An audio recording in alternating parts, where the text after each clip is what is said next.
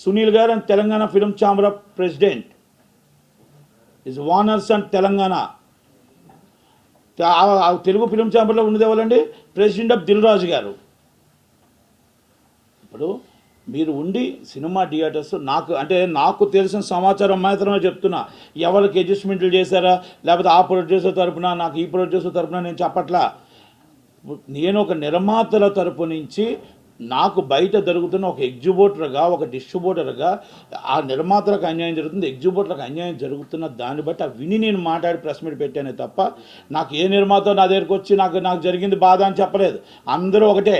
మళ్ళీ దాంట్లో ఉన్న వాళ్ళంతా ఈ పండగకే కొట్టుకుంటారు, పండగ తర్వాత మళ్ళీ అందరూ ఒకటే. అక్కడ గిల్టే అన్నీని. కానీ ఏంటంటే ఇప్పుడు హనుమాన్ సినిమా నిర్మాత ఎవరో ముక్కు నాకు తెలియదు.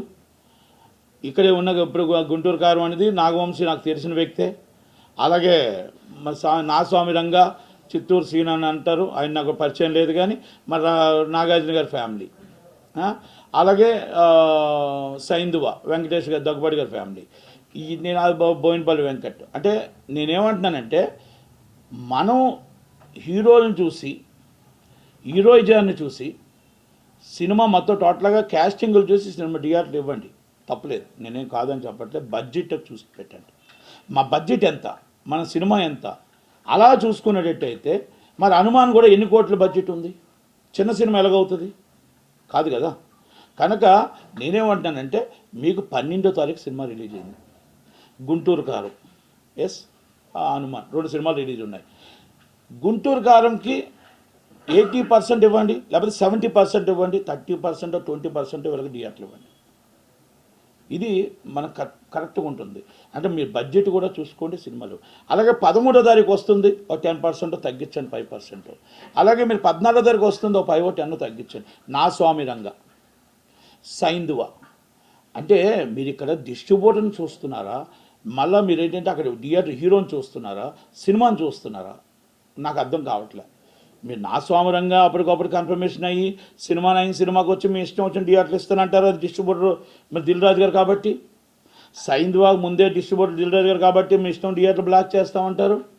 మొత్తం టోటల్ ఆల్రెడీ గుంటూరు కారంగా మొత్తం థియేటర్లు అన్నీ వేసేస్తామంటే మరి ఒక హనుమాన్ థియేటర్కి సినిమాలు ఇవ్వకపోతే ఎలా చెప్పండి? ఓకే, మనం ఇక్కడ బలవంతులు ఉండొచ్చు, మనం ఇక్కడ బలవంతులమే.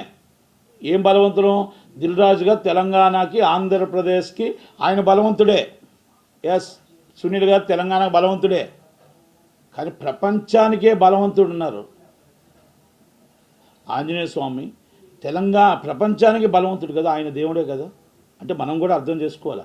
ఈరోజు దీని అర్థం ఎందుకు ఈ మాట అనాల్సి వచ్చిందంటే, ఈరోజు మనం చేయొచ్చు, కానీ ఆ సినిమా అనేది హిట్ కొట్టిన తర్వాత మళ్ళీ ఈ థియేటర్స్ అంతా కూడా మనం అక్కడికే రావాలి. అంటే దీని అర్థం ఏంటంటే ఎక్కడ ఎన్ని చేసినా ఏం చేసినా మళ్ళీ దేవుడి దగ్గరికి రావాల్సిందే అనేది మీకు సారాంశం.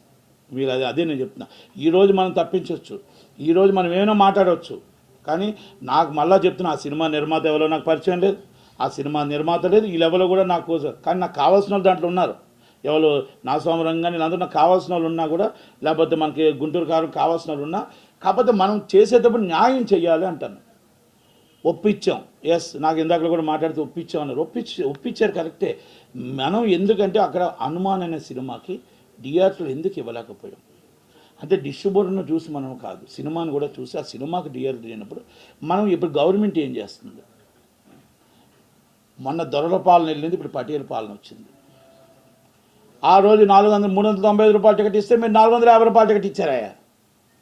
ఇక మీరేం న్యాయం చేసినట్టు? పేదల పాలన, ప్రజల పాలన, ప్రజా దర్బార్ అన్న మీరు ఇక్కడ మరి ఇప్పుడు ఏం చేస్తున్నారని అడుగుతున్నా.